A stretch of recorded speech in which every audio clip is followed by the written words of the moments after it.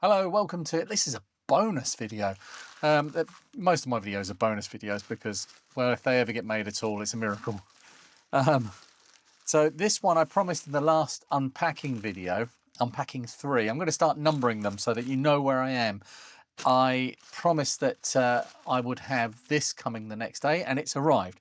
So there's a couple of things in here, but before I open this, I just want to quickly talk about these. Now, I did find my original bag of these type of things, and I found that, well, I did an experiment with one of these red ones that are the same looking as these. I did an experiment, put some wire into these, heated it a bit hotter than these at 330 rather than the 280 I was using, and somebody has told me that I need to be using high heat on these. It's like an automotive type connector. So I cranked it up to 330. I could probably go a bit higher, and connected the 2 wires in the middle with the low melt solder, and then melted the other ends. And I tried to pull them apart, and the wire snapped before the solder gave way. So these worked. So I went back to these and I did the same thing. I put the wire in exactly the same way, and I heated it to the same heat, and again they just came apart. Somebody did mention that my wire might be aluminium. That's possible. It is, you know, it's probably aluminium, but it doesn't feel, I don't know. I'd have to get a naked flame. I haven't got any naked flames in here, and to see if it curls up. But I will report back on that. But it did actually work with this sort of stuff, with these connectors. These ones are rubbish. So there is something else in here, and I think it might be connected to that, because there is a double bag in here. Bags within bags. There's one. I actually don't know what this is now. I thought I knew what it was, but it doesn't feel... Oh, no, it is. It is what I thought. It's a smaller version of those same things. I think it came from the same place as these, so I hold out little hope. Anyway, let's just chuck those to one side. This is the main event. Now, somebody on the Retro Hardware Discord told me that they had ordered this. I'll put their name up on screen. I can't remember it at the moment, and because I'm terrible with names. They'd ordered one of these, and it cost, I think this cost £32 delivered, and it's obviously a soldering station for £32. A T12. Well, it's the actual model number is a T12Xplus soldering station from OSS Team. But I thought for £35, I'm curious to see exactly how good this is, because for £35, you can't really go wrong. Now, that's in the ballpark of a Pinecil soldering iron, and I don't use this one anymore. I use my Sugon A9, which is down here. You can just see it behind. Let's get that out of the way. Yeah, that's my Sugon A9, which I love. That is absolutely brilliant. I'm not replacing that with this, but yeah, I replaced this with my Sugon A9. This is a good soldering iron, but it's not quite, well, it's not as powerful as the Sugon. That thing just goes through ground planes like you wouldn't believe. This works for 99% of what I do for old vintage machines, but then every now and then it will just struggle on a ground plane, and just, you know, you can feel the tip getting stuck. I'm hoping that this, and you know, for £35 that's not bad, but you do need a power supply like the one I've got sitting under here. Oop, no, this one under here. This is a 65-watt power supply, and that's the sort of thing you need to run one of these, or a laptop power supply will plug in. It's got barrel jack and USB-C as well. It can run up to 24 volts. I think it's rated at somewhere close to 100 watts, but I think it's speculative. Now, I ordered the 220 volt version of this, and they've sent me a kettle lead with I think that's an American. That's a bit disappointing. And I paid a little bit extra for the 220 volt, so it should be switchable. I'm hoping it's switchable. That's quite a nice stand. That's not bad at all, actually. Not sure what this bit's for, whether it's just for a sponge or you got, you know, maybe that's just to catch the different bits and pieces of solder that fly off. But yeah, it's got the little sponge in there. I'm assuming that that is. Let's get that out. See if it's magnetic. No, it's not magnetic. Magnet just falls straight out. That's good. So that's proper brass. There we go. Perfect. And this must be the soldering iron. So it comes with one T12 tip. Yeah, T12 BLS. What shape is that? I'm assuming it's a pointed one. Oh, it's like a needle. That's absolutely no use to me whatsoever. Oh, that doesn't want to come out of there.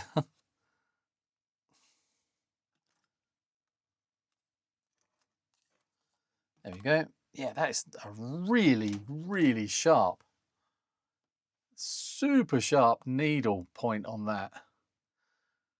I can see that being useful. This feels really light. Lead-free T12 BLS. That's yeah. If that had any kind of heft to it, let's compare it to these are the T100 tips. I mean, these have this big flange around the middle, so they just feel like they've got a bit more metal. Right. So anyway, that's the tip.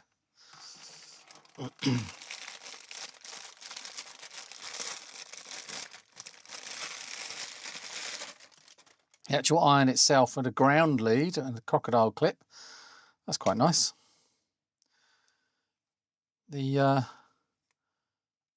think these things can be a deal breaker, the leads on these, if they're not good enough silicon. That feels quite nice. I'm quite impressed with that. It's mostly plastic construction, but there's nothing really wrong with that. Keep getting these. Well, I don't understand. I've got another one of these over here that came with my Yahuwah desoldering station. It's absolutely got covered in dust and muck. And there's the sponge that goes in there as well. So accessories.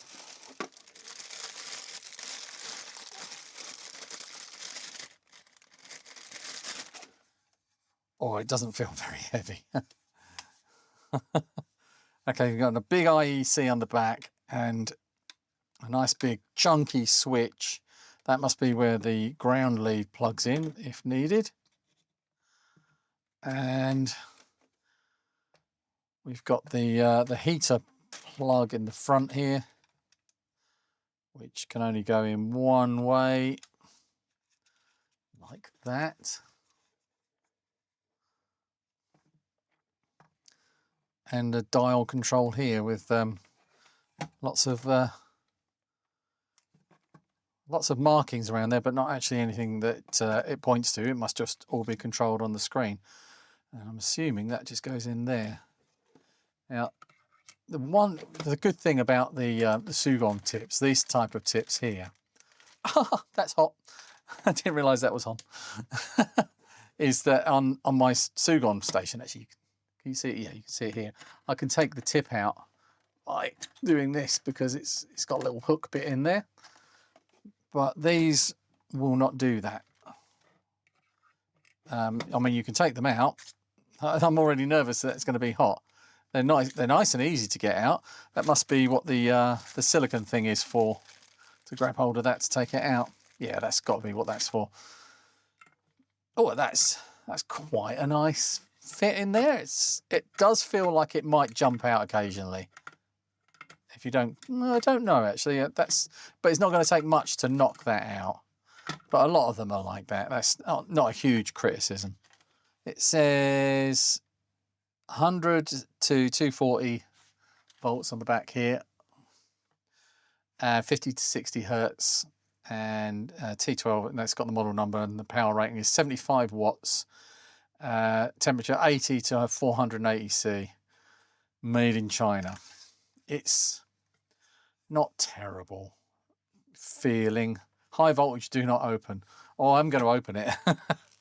You can be assured about that. But I'm going to just plug it in first and see what happens. Switched on. Don't really want it switched on. Right, please don't electrocute me. Right, red light on the back. And that's already heating up. So is there no sensor on this to say stop heating up, or is that just sit at 350 degrees? Oh, that's weird. I have to, oh no. Okay, so that's where the temperature is set. It's actually on the right hand side here. So I'm moving that, but that's moving around all over the place. If I leave that at 300, will that cool down? Because it was set at 350, but then I did go up to about 400. So I set it to 350. It's showing how much power is being used. There's a lot of Chinese on this interface. Press and hold. Oh yeah.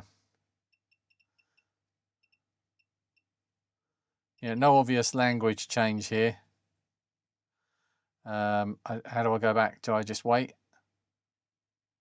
I don't want to change anything. I'm just going to leave that because that's at 350, and I'm just going to get my tester thing, solder tester thing. I know words. Let's see what this reads.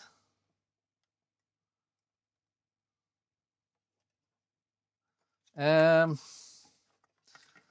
not very good. I'm just going to turn that off. Wait for that to go off and back on again. And hopefully, right, set for 350 now. Right, now it's at 350. I think me going into the menu changed something. Yeah, here we go. This is better. Well, I say better. It's 304. Yeah, it needs a bit of calibrating. Right, there's a couple of things I want to test first before I'm going to go. I'm going to go and look for instructions for this to see if I can find out if I can change the language. I suspect I can't, and it might just be that I have to learn Chinese, or use some Google translating. But I want to know two things. One is this case earthed, and I can do that by connecting that to there and then testing for continuity between one of these bare screws here and the earth pin of my 3-pin plug here. Right, holding against the 3-pin plug here. Right, so the case is not earthed, but that doesn't mean the tip of the iron isn't earthed.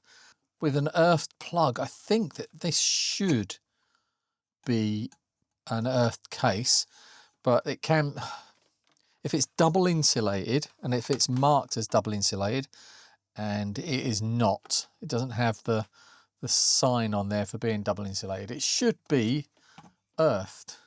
Let me just check that this cable has got a good earth. Yep, so the cable is definitely earthed. What about the tip? Now hold on here. The tip's earthed. Okay, so the tip is earthed. That's a good thing for the safety of the stuff that you're working on, so that you haven't got any leaking current going through it. But I would have thought that the case, being metal, should be earthed. Okay, right, before I take it apart, because I might not put it back together, I might do something horribly wrong to it, I am going to go and quickly look for any instructions that I can find, see if I can change the language, and then if I can get it calibrated, that would be nice to get it in a reasonable state. Then I want to check how quickly it heats up. That would be nice to know.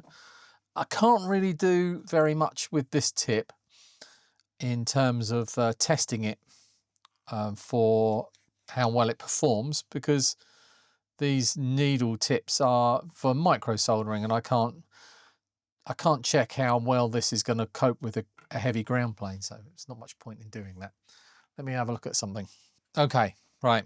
So it's option 7 in the menu. I don't like holding this metal case without it being earthed. That's not very pleasant for me, but for science, I'm going to do it for you. Right, so here we go. I don't know how well you can see that. I'll try and hold it still. So that's heating up, so I have to be aware of that. Press and hold this, and go down to option 7. Press again, and there we go. Language English. Do I press and hold again? There we go. And now I can explore. So this, all right, okay, so we've got 200, 350, 450. I don't know. Just, it looks like I can cycle between them. So that's now at 400. Oh, that was boost. So now that's going back to 350. So that's, yeah, 400 is the boost. Don't know why it's got 200, 300 and 450 here.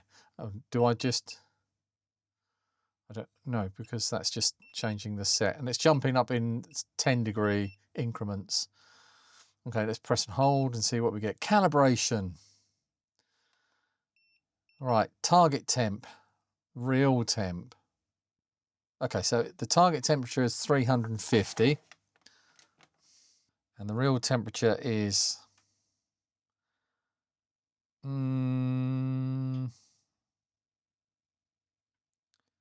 315, let's say. All right, difference. I don't know what I'm doing here. So I'm going to put that to 90, well, it's a 90.1. See what that does.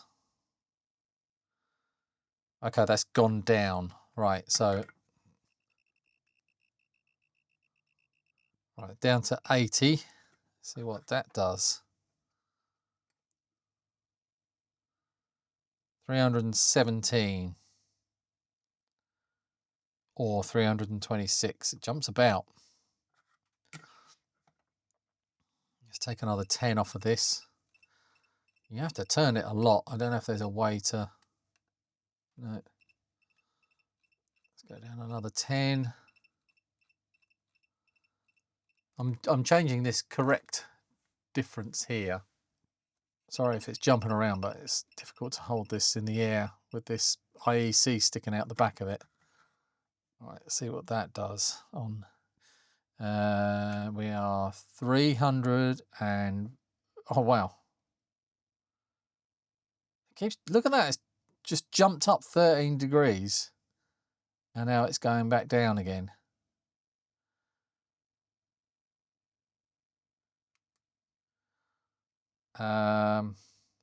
That's actually less than ideal.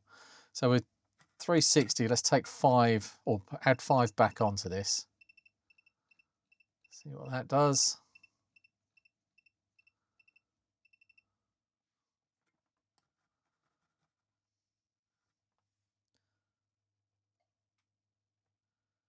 And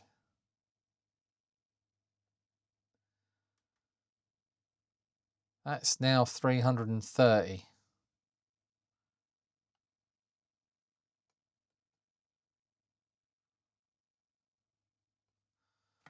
All right, so take a bit more off. Let's go back down to 72.5.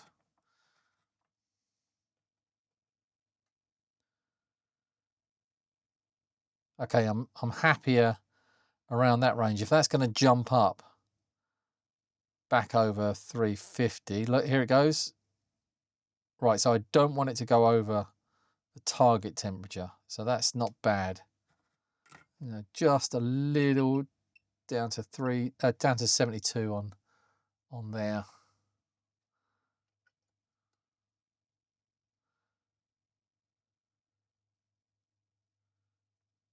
Okay, I'm going to press and hold this to reset that, and then we can see what this does. I don't know if you'll be able to see.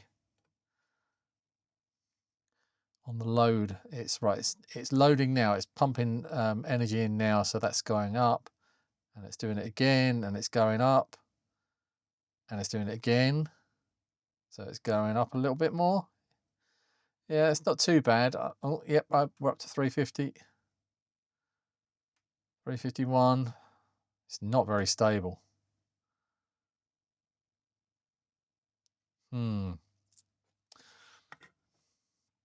Okay, so my big bugbear with this is the lack of sleep. So let's see if it does anything about that.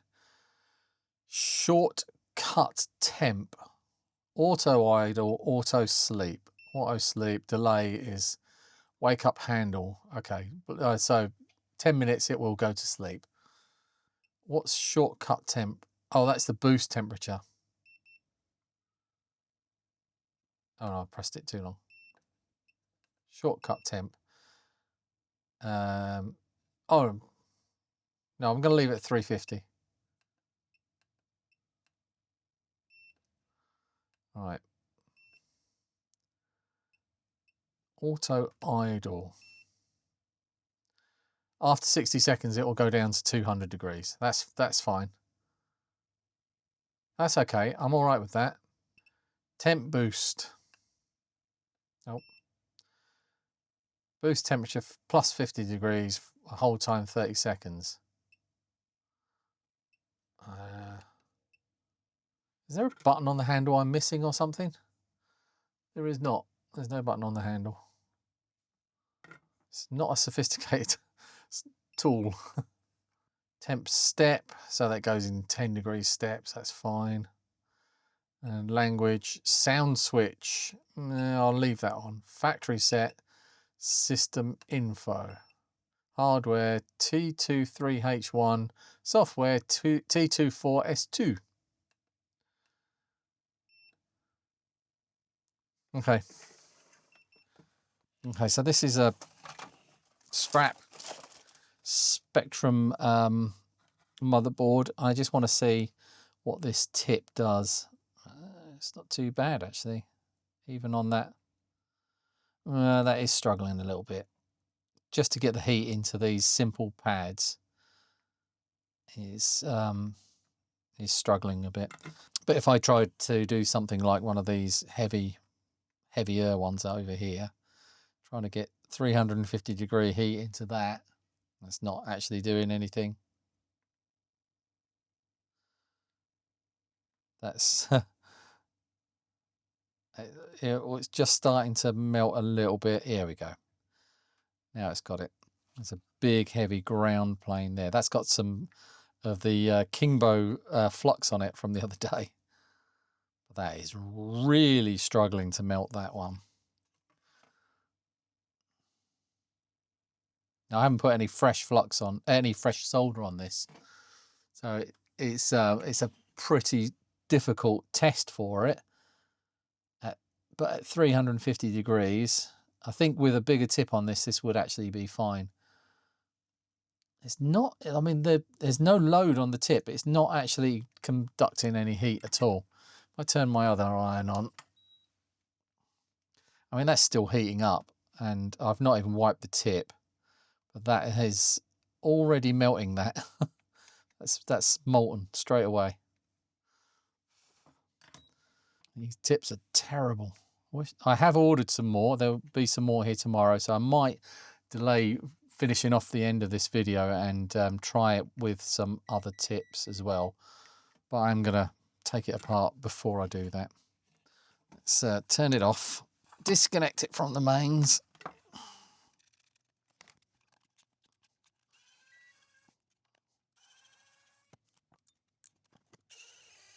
Feels like that one was cross-threaded a bit. Okay, some big capacitors in there, so I'm going to have to be a little bit careful. But I can tell you that this is not double insulated. This should be earthed. I don't think this is compliant. Not with my region's electrical laws. Oh, the top comes off. That's handy. It's in 2 halves. That's quite nice, actually. It's quite a nice box that it comes in, but saves me taking the whole thing apart. So it's quite a beefy, obviously, you know, 70 something watt.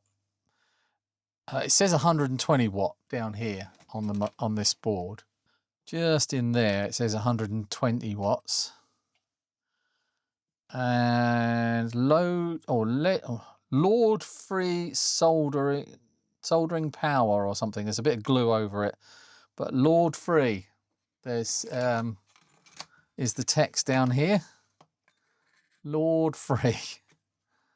So all that's holding that in place currently is that screw, that piece of glue, and that piece of glue.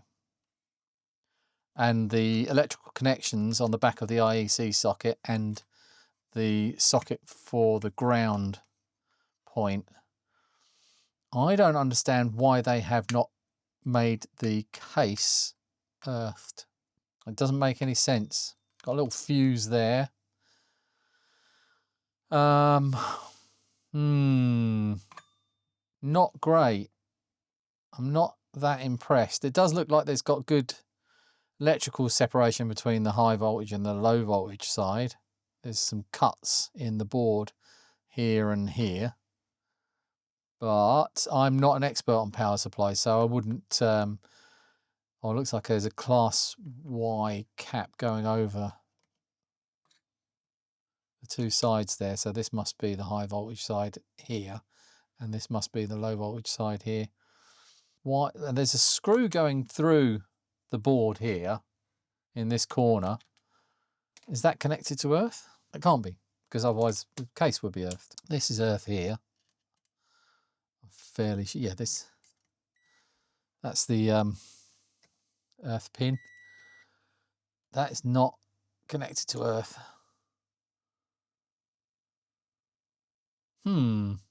Couple of 400 volt capacitors there. I'm not going anywhere near the other side of this board. And that is, I mean, there's not really a lot between. I mean, there's good separation, but it is just a metal case down in there between those 400 volt capacitors on the other side, and the metal case. It would be pretty impossible for the board to come loose and then drop down onto the case, but maybe if like it got crushed, then you would have live voltage on the case. If someone stood on, you know, that's not actually, this bit is not actually that strong. If somebody stood on that on the bottom side and pushed the case up into those capacitors, you could potentially get live voltage on here without an earth, with no earth protection. If that was earthed, then your fuse would blow in the plug, or the circuit breaker would trip in your on your distribution board. But it's not earthed. It wouldn't know. It would just become part of the circuit. Worrisome. I was going to give this away because I don't need it, but it is of sufficiently poor quality that I would not feel safe passing it on to anybody. So I don't know what I'm going to do with it. I've ordered. There's probably 4 tips on the way for this. What a waste of money. It's not a terrible iron in and of itself, but I would not feel safe with this one. I mean, I am not an expert, so I stand to be corrected if I've got something wrong here, but I don't think I have. Something else I don't like is these wires being pushed up against this case, and there are a few sharp edges around here, and wires are pushed up against them. This is the low voltage side, so it shouldn't be a problem, but it's less than ideal. Yep, metal case, not double insulated. A very, very poor show. Not happy with that. Let's see if it actually still works though. Makes me even more nervous turning it on and plugging live mains into it now. There we go. That was my multimeter.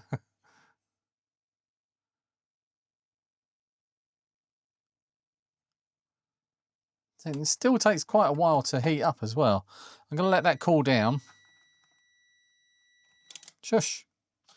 I'm going to let that cool down and see how long it takes to actually heat up.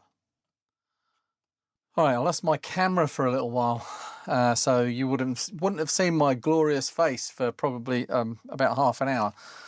But I managed to rescue the footage, and where I left it was I want to test this, how fast this heats up, and we can do that now. Now you can see it's room temperature. It's cold actually. So I'm just going to flow with my oven. Is that good? No, there's plenty of solder on there. Let's just do that. Right, so I'm ready with the IEC switch here, and I'll get my arm out of the way so you can see. Oh, maybe I'll zoom down a little bit. Okay, right. So soldering iron in place. 3, 2, 1, go.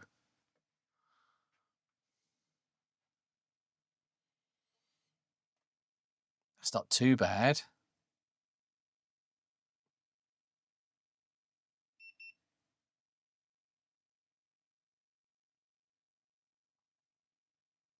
Yeah, it's not too bad. Well, it's gone up to 360, so there's a big 10-degree, well, 362. And that's saying 350 again on there. So that's gone 367. Yeah, I'm not enjoying that aspect of it. I want to be able to trust the temperature a bit more than that. Let's turn that off. So my Sugon only goes down to 100 degrees. I've set that to 100 degrees. So from the time it takes me to get that from the cradle to this tester, it's going to heat up a bit. And then I'm going to hit the channel 2 button on here, which is 300, I think that's 350, yeah, 350 degrees. Got any temperature in there at the moment. So you ready? And go.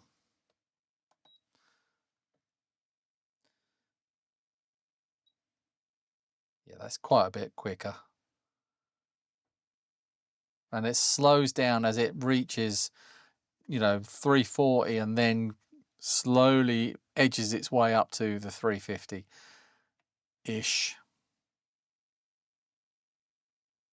Look at that. That's that one. I've also got the Pinecil here. I can connect that up to the power supply that I'm using. It's not the best one I've got, but it will do for this. It's I know it can go a bit quicker if I plug it into a much more powerful power supply. Okay, so that's switched on now, and I think I press that button and it will start heating. Get it in place. Here we go.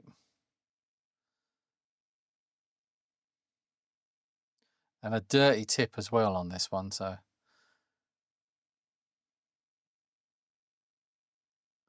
it feels a similar speed to the T12Xplus thing. But again, this is slowing down before it gets to, oh, it's only set to 320. Yeah, the actual iron is set to 320. So that needs calibrating. I haven't used this one really. And in fact, this is a brand new one. Right, so I think what I'm going to do now, I've got the other tips arriving tomorrow for this thing.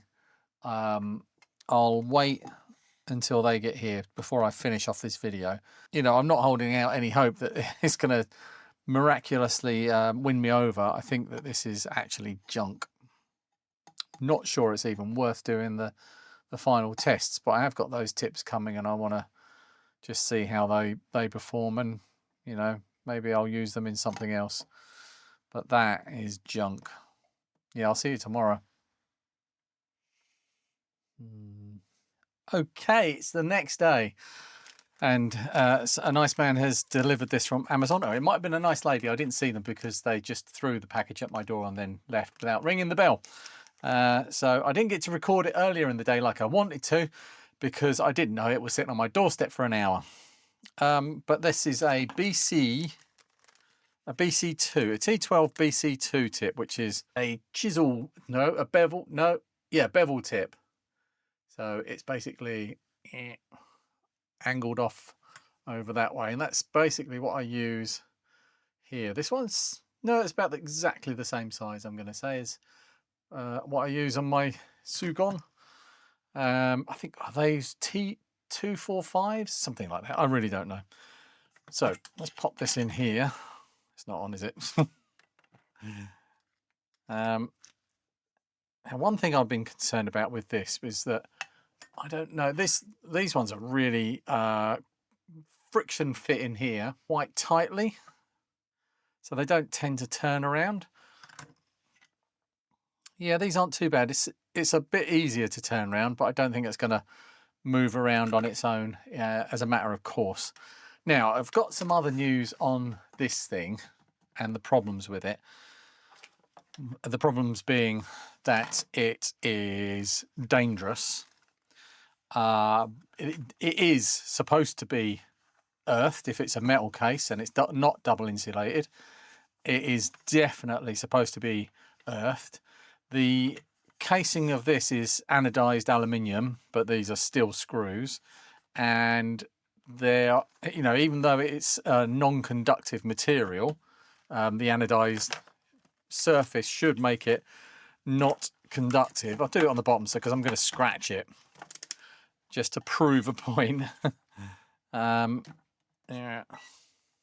So it isn't conductive, but if I push a bit harder, I didn't have to actually push that hard, to be fair, that does become conductive. So it's not an insulated material, even though it's on the very, very surface of it is not conductive. If there were 240 volts going through this, and I touch this and say an earthed appliance at the same time, that current would jump that gap. There's not enough clearance between there. That would definitely arc into my hand, go through my chest, and then find its way to earth at the same time, stopping my heart. Yeah, wouldn't be ideal. So that's definitely, not to labour the point too much, a massive problem with this. Now, I did find some videos. There is a bunch of videos on a different model of this. This has been around for about 4 or 5 years now, and it was quite popular about 4 or 5 years ago. And I don't know why it's resurfaced now, but there is another model of this. This one is made by OSS Team. There's on the bottom there, OSS Team. And the other ones that I've seen videos on are KSGER, KSGER. If you want to find videos on how to fix the problems in these, you can find, I think 4X has done a really good video on the fix for these, so I'm not going to do that. I'm not even going to fix it because I'm not going to use it. What he's done is drill a hole through the back here. In fact, you could probably just repurpose this. No, it's probably better to drill a hole through the back here and make sure that you grind back some of the anodized coating as well. He also ground back all of the points behind, you know, that join all of the cases together. So the top half of the case and the bottom half of the case are connected to these front panels electrically. So grind the back surface of this and the front surface of this, so that there is an electrical path through all of the casing, and it is all connected together. Yeah, and put a bolt through there with a lug on the other side, an earth wire that connects to the earth pin on the back of the connector in here. I'm not going to take it apart again to illustrate this, and I'm not going to fix it. There were some other fixes as well that he did with putting some insulator underneath the circuit board. That was a good idea. I like that. And there were some differences. He mentioned some differences on earlier versions of the PCB being quite dangerous, having some places where, you know, like heat sinks were close to high voltage traces. It wasn't ideal, but they seem to have fixed a lot of that stuff.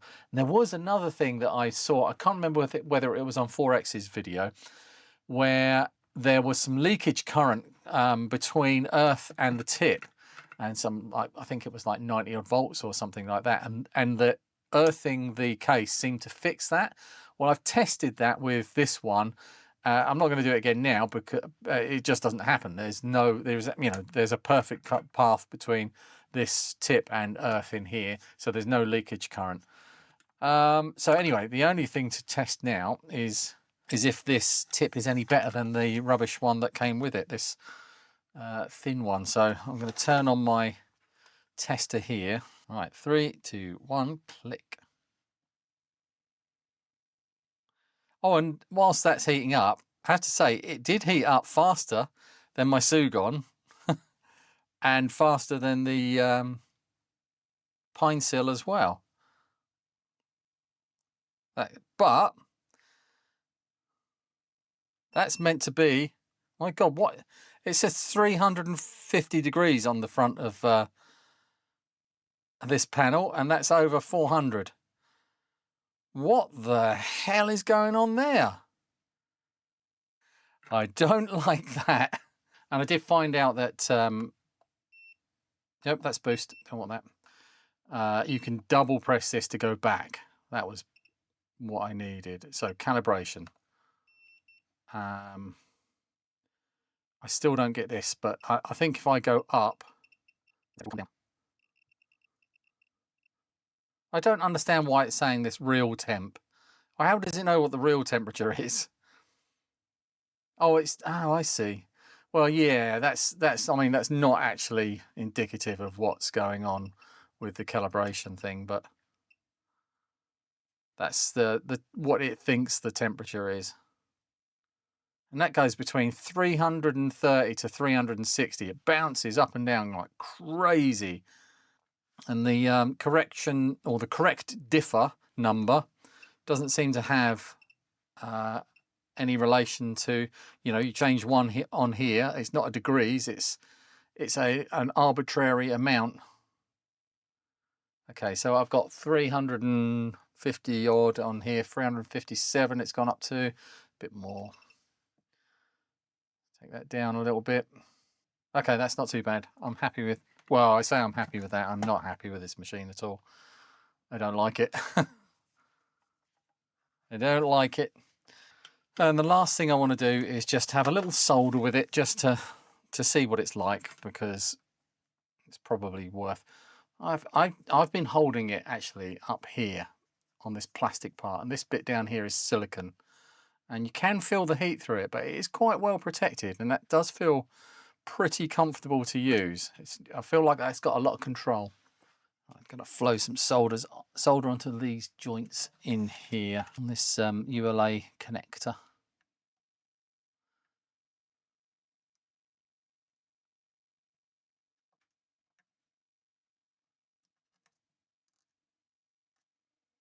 Bent over pin there, that was getting in my way. Yeah, this is okay.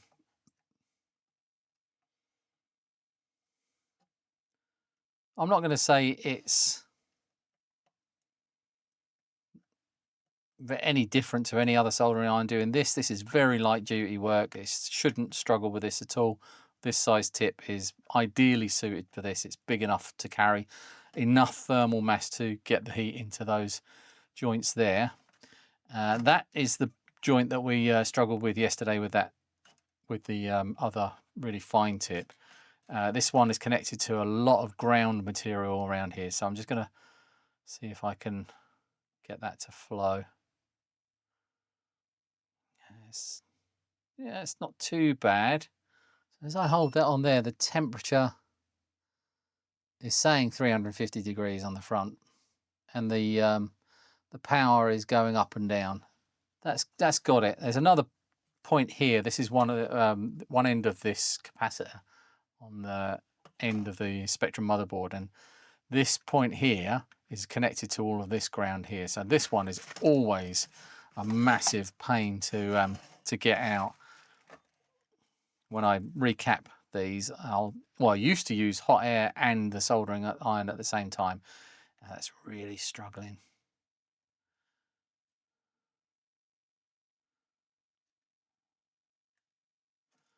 Let's give it a... I would normally use some fresh solder at the same time. So let's give it every chance. I just need to bend that lead up. The other end is here. That's already been desoldered, probably with a desoldering station in some form of testing that I did. Okay, let's try to use my trusty engineer pump, perfectly branded, with one of my new silicone nozzles on it that I got nice and cheap. That's gone into sleep. Temperature is now, can you see that? Yeah, 270 and dropping. Why has that gone into sleep? Why is that sleeping? Okay, let's come back to wait. I think it needs quite aggressive movements to keep it awake. So let's back up to 350.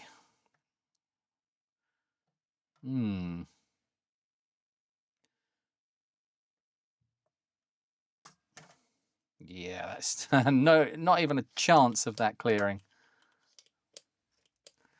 Give that another go. Let's flow some solder. I mean, you can't really see that, but I can tell you that there's no way that that capacitor would come out of there. I'm struggling to flow the solder onto this joint, even though I've been heating it for a little while as well. I think it's done a better job that time, but still not convinced. No. Oh, God. That capacitor is really hot now. It's a little unfair and not really a good representation of the difference, but I'm going to try my Sugon at the same temperature just to flow that. Oh, that's just butter that goes on there. And this is exactly how I would normally do this. Ooh, get some, but with a desoldering station.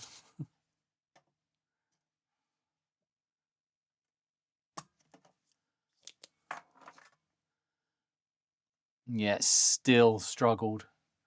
It's a horrible one to actually try and get out.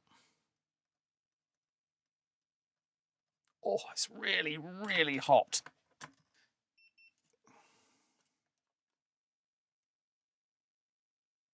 It's a hot joint now, so it is going in there quite a bit easier.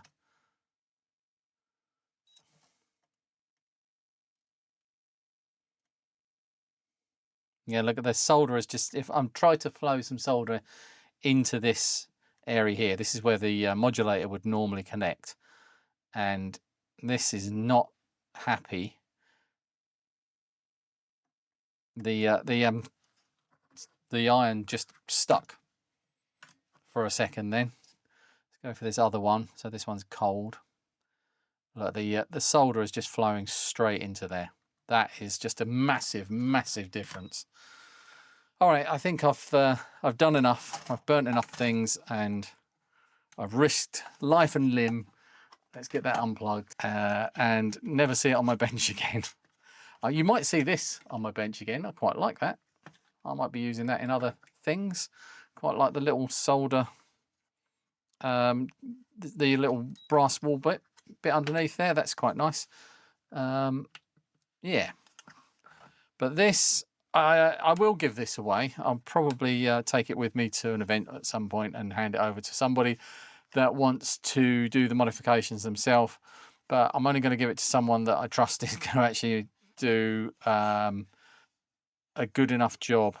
I don't know, this feels risky. I don't think I should. I think I should just throw it in the bin. I've got no use for this. It's not as good as... That's a good idea. Let's just show you the difference between a Pinecil on 65 watts of power. Just put my hand in a load of flux as well. Nice. Need to find another heavy ground. Well, that should have cooled down by... Yeah, that's very cooled down now. Right, it's on 350, or apparently 350. Oh, this wasn't calibrated, was it? But it is 350-ish. Good enough. Let's see how this copes with the big heavy ground plane here. Yeah, it's similar. The solder got stuck there for a second, which it wouldn't with the Sugon. Again, it goes tacky.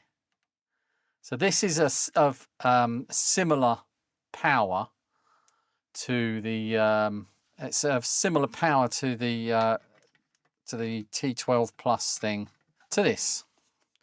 And I think that I would much rather have this. This is a bit more expensive. I mean, it's the same price for this and this are the same price. So these are about 30, 35 pounds, and this is about 30, 35 pounds. But you need a power supply with this as well. If you've got a laptop power supply already, like a 19-volt power supply, then this is definitely a no-brainer. You won't get a stand with it, but now, I mean, I'd pick up you can pick those up quite cheaply on Amazon and places. Get yourself, if you need a soldering iron, get yourself a Pinecil 64 if you want to not spend too much money. That is my takeaway from this.